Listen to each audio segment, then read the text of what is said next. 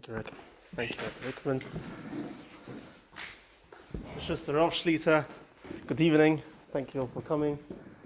It's a special honor, it's a true honor being here, especially to discuss the power of Tefila in the short amount of time that we have. Especially when it comes to Hoshana Rabbah. It's a great zechus. You know, Tefila is something that we do every single day. You know, there was a person that after davening, he went to his neighbor. The person sitting next to him ran a very successful business. He had a very successful, efficient business. And he went over to him one day and he said, how do you manage to run such a efficient, very complicated business to be very, to run it very smooth? So he said, look, I've got every single day in the morning half an hour to think about what I'm going to do about my business, right? Obviously, during Tefillah, this is what he meant. Obviously, it's a matter of a joke.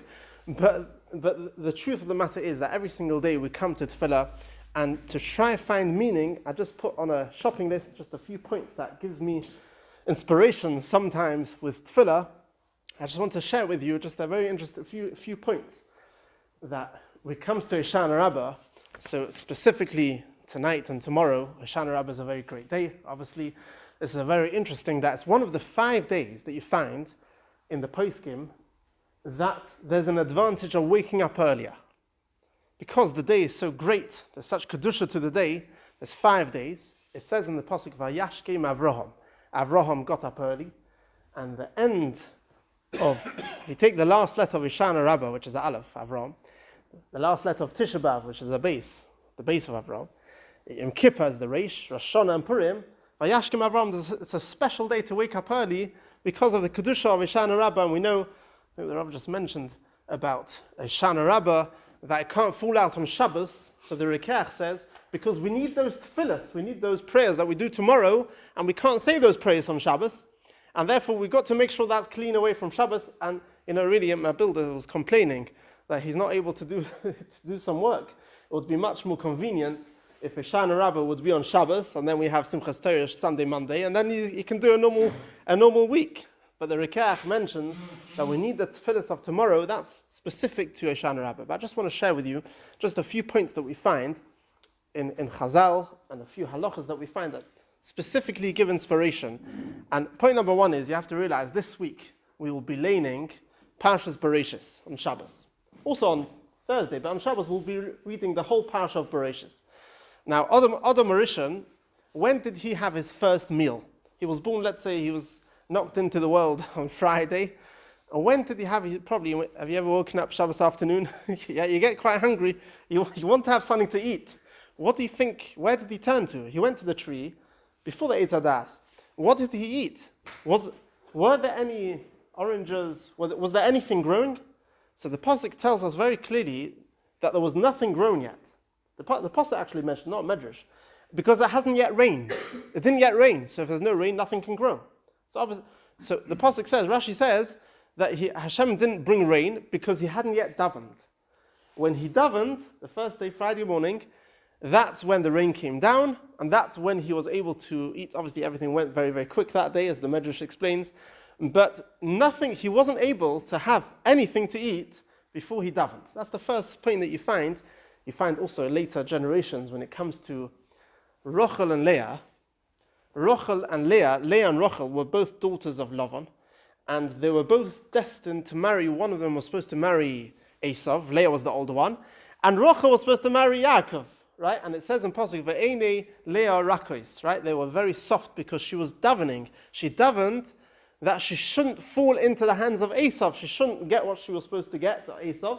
And because of her tefillah, not only did she end up with Yaakov, she even succeeded her, and she came first, and she had more children than her, and that's what the Medrash points out, that Gedolah Tefillah's always got that special point. But these things that you find in history is one thing. There's, specifically when it comes to halacha, it gives me a certain inspiration. When you come across such a halacha, I find it very inspiring. Just imagine tonight, I don't know daven Marav yet, before Marav, after Marav, some before, some after. Imagine we daven Marav now. And one person forgets over here from the tzibur, everyone makes sure not to mention Mashiv Ruach HaMorid Geshem, because you only start doing that later by Yom Tov. But one person mistakenly, he said Mashiv Orach Morid HaGeshem. Just imagine. So you go to the Rav, and you ask the Rav, what's the halacha? By mistake, I mentioned Mashiv Orach Morid HaGeshem. So he says, you've got to start all over again. Okay, start all over again. Shem Svatach Tiftach, with the Alav Yova, it's a ganze Spiel, right? Why? Because you said Mashiv Orach, says the Taz, so what? So we're scared that rain will come because you... Listen, hang on a second. This person was in dreamland. Why was he saying Mashav Orach today? You're not supposed to. Obviously, he was probably thinking about the Bahamas, right? Who knows what he was thinking? And he, by mistake, said Mashav Orach. And because he, by mistake, mentioned Mashav Orach, we're scared that's going to lead it to the Tefila will be Mekubal, right? And it'll actually rain. That's one halacha that inspires me that, by mistake, you forget and you say Mashav Orach, you have to repeat the whole Shemona Esrei because the Taz explains, because maybe it can rain. The Kohen Gadol used to go to the Kodesh HaKadoshim once a year. What did he used to daven? What did he pray for in the Kodesh HaKadoshim? So part of the nusach that he says is that Hashem, don't listen to someone who's stuck in the journey when it's cold and raining. Don't listen to his prayer. What's he going to pray for? Obviously that this should stop raining so he should be able to get to his destination.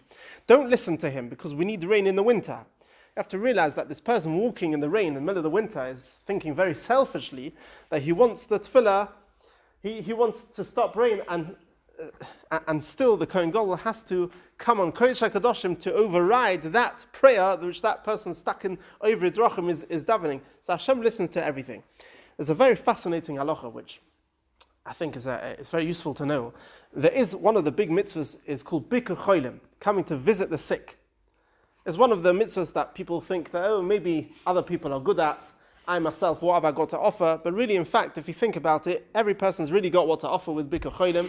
But there's a fascinating halacha to know when it comes to Bikur Cholim. It's a Ramban. The Ramah brings it down, it's quoted in Shulchan Aruch, that when a person goes to visit someone, in addition to visiting him and asking how he is and trying to cheer him up, there's a specific mitzvah, fundamental point in the mitzvah, to daven for him. Have you ever heard this Ramah? The Ramah in Shin Lamed Hey? The Ramah says that v'chol shebikir, if a person goes and visits the sick, but he doesn't daven for them, then it's loy kiyum ha-mitzvah. The Ramah actually holds you're not mekayim the mitzvah. It's a very amazing halacha that a person can actually schlep all the way to Hope Hospital and go and visit someone. But if you didn't wish him a refuah shalema at the end, that's what the poskim say, it's kedai, at the end of the visit, to mention Hashem shall wish you a refuah shalema. That nusach is what the poskim recommend. So you see it even over here, that if a person, can say, what's my tefillah? No, the tefillah is so great that if a person has actually visited the sick without actually davening for him, you see how powerful it is. I just want to move on to a few minutes that we have, is that it's Yadua that Ramosha Steinbach Shlita, when he was a boy, when he was a bocha, he was with the Chabina Rav. And the Chabina Rav was sitting with a few boys, and he asked them a very deep and complicated question. And everyone was quiet. Ramosha Steinbach, within a second, he had the answer, and he said a very, very complicated and sharp answer. And the Chabina Rav asked him, Ramosha, who told you this answer? So he said, I thought of it myself.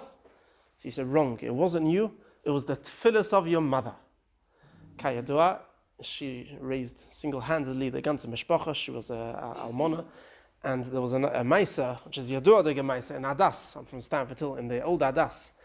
And there was a lady that when it came to Birchas HaChodesh, that we say, the Hirotzen, the Chadash Aleinu, HaChodesh Hazeh, there was a lady that had this minig that she got, as we call it, carried away a bit. And the ladies round her didn't feel so comfortable. If you want to, daven a bit more uncomfortably, then maybe do it at home, go find a different place. And they actually approached the Rav after a few years. They didn't really appreciate such a, she got a bit too involved in the Birchas HaChodesh. And they came to the Rav, and the Rav said, if she goes, then I go. So basically, he wasn't having any of it. This lady was the mother of Ramosha Steinbach. That she came, I don't know if she came every week, but when she came for Birchas HaChodesh, that's when she had her time that she's able to daven. That's the tefillah that she was zeicha to Ramosha Steinbach over there. We have to also realize that when it comes to tefillah, a very important point is the kavanah, the concentration, of the first bracha that we have during Shemona Esrei, obviously the first bracha is definitely the one which is the most important one. The Shulchan Aruch explains that the first bracha is definitely the one which is ma'akev. I mean, sometimes you have the shaila. I don't know if you know, back in the day that you take aeroplanes. Have anyone been on a flight recently in the past couple of years? Anyone been on a flight? Yeah, not so many people. So when you take a flight, so you've always got this, this shaila after already 2 minutes after takeoff. You've already got this minion accumulating at the back. And you haven't daven mincha, and now the shaila comes, do you daven mincha, do you get up and fetch your jacket, fetch your hat and stand up in the turbulence, not turbulence, to go to the back and join the minion? Or perhaps, if you specifically have more kavana, concentration, sitting down where you are, perhaps that should be maybe more appropriate. So they asked this to Ramosha Feinstein. Ramosha Feinstein wrote a tshuva in Igros Moshe, and he writes that if a person can concentrate better sitting down, even sitting down, which we all know that standing up for Shemona Esrei is the number one, ideally we should all stand up. But if it means concentrate, if it means losing your concentration, it's better to sit down on the aeroplane. This is quite a powerful psak from Ramosha. It's better to sit down, and that's how you'll be able to concentrate with a clear mind. It's just there was a chassid that went to his Rebbe, and he came to his Rebbe. He finally got into his Rebbe, and he said, Unfortunately, I've got so many tzoros. I'll start from the bigger ones. There's a health issue in the mishpacha. There's a parnosa. There's a shidduch issue. Unfortunately, it's not going so well. So at the end of he made his whole list. He went down his whole list, and at the end, so the Rebbe asked him, just by the way, how's your tefillah? Do you manage to are you managing to daven? So he said, with all this going on, it's just not happening. It's it's once a day. It's not really happening. So he said, that's your biggest problem. Why didn't you start with that? You should have come and said, number one, I don't daven. Number two is the other things. The Rebbe's, I think the Kotzker, he said that your biggest problem is that you're not davening. That was his thought that you had. There was an older lady that approached her son after many years and said that I have a request that I want you to write. I want you to write something and put it in my hand. What do you want me to write?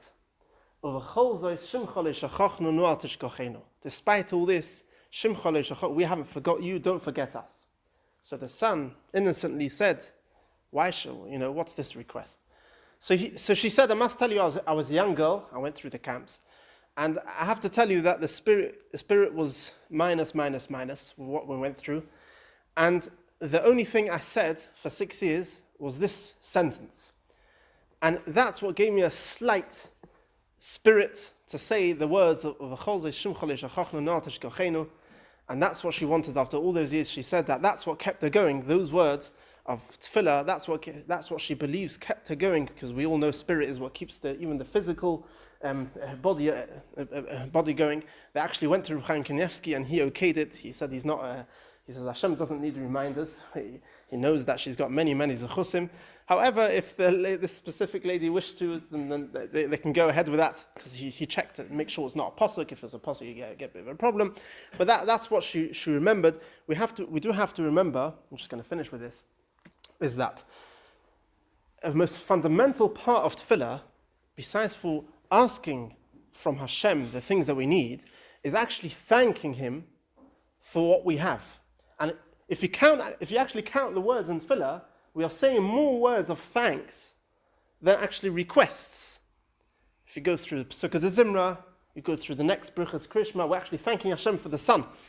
So, I overheard someone saying, when do we thank Hashem for the sun? At Yotam Oris, we explain, thank you for you bringing the sun. It brings light to here. We can actually see what's going on. We're thanking the whole way through tefillah. Yes, the middle part of Shemona Esrei is bakoshes. But what is ma'akav out of the whole Shemona Esrei? The first bracha, which is again thanks and showing the power of Hashem. And I just want to mention that the Ger Rebbe said, I'm not sure if it was Pesach or Pesach or Sukkot. So he said, if you want special bracha, then we should have special concentration when we say Honor Hashem by Hallel. So all the Hasidim, it came to the next day, they were very inspired, and it came to Hallel, and obviously when it came to Honor Hashem Mashiach, they all had major concentration. And the Ger Rebbe said, I didn't mean that Honor Hashem Mashiach, I didn't mean that one. I meant Honor Hashem Honor Hashem, K'ani Avdecha. I meant Honor Hashem, K'ani Avdecha. If you want to be zocher to brachas, let's come before Hashem and just relate to Him all the things that He's done for us. The Chavetz Chaim, it's Yadua, the Chavetz Chaim used to have this minute before he went to bed to list out a whole bunch of things that he's merit, that he has. He's got a mishpacha. He used to go just list it every day before he used to go to bed. And I'll finish off with this ma'isa that there was a Yadua. This is a very Yadua. It's Yadua the ma'isa. It's quite well known that there were two very wealthy individuals that were visiting the Koisel Maravi. They come there. Obviously, they're very they're given for many causes, and they see a person that they took a liking in, and they see this person that is he's really pouring his heart. He's really pouring his heart, and one of them says to the other, "Listen, we are people of means. We're able to sort. I think we'll be able to sort people out. Let's sort this. Let's go to him. Let's sort him out." Okay. So the other one agreed. We'll do our best. They tap him on his shoulder, and they said, "Rabbi, you look very troubled. Come to the side. You look very troubled. Tell us, Baruch Hashem, we're people with a lot of money. We can manage it." So he said, "I'll tell you the truth. Last night was the night that my 10th child went under the chuppah, and I've just come to the Rebbeinu Shalom to tell him thank you very much for all these 10 children." And that shocked the two Ashirim. They were shocked. Hang on a second. To pour out the heart, that is a fundamental part of Tefillah, is besides for asking requests, is to come and to be maki, like the Ramban in Endo Pashas Boi writes that Hashem has no better geschmack, ein chayfetz, lekei l'elyon. Rebbeinu Shalom has no more desire and geschmack than hearing people, very few people. If you think about it, there's not so many Yidden in the world. How many Jews do you think there are in the world? What was the last census they made? 15 million. It's gone up a bit.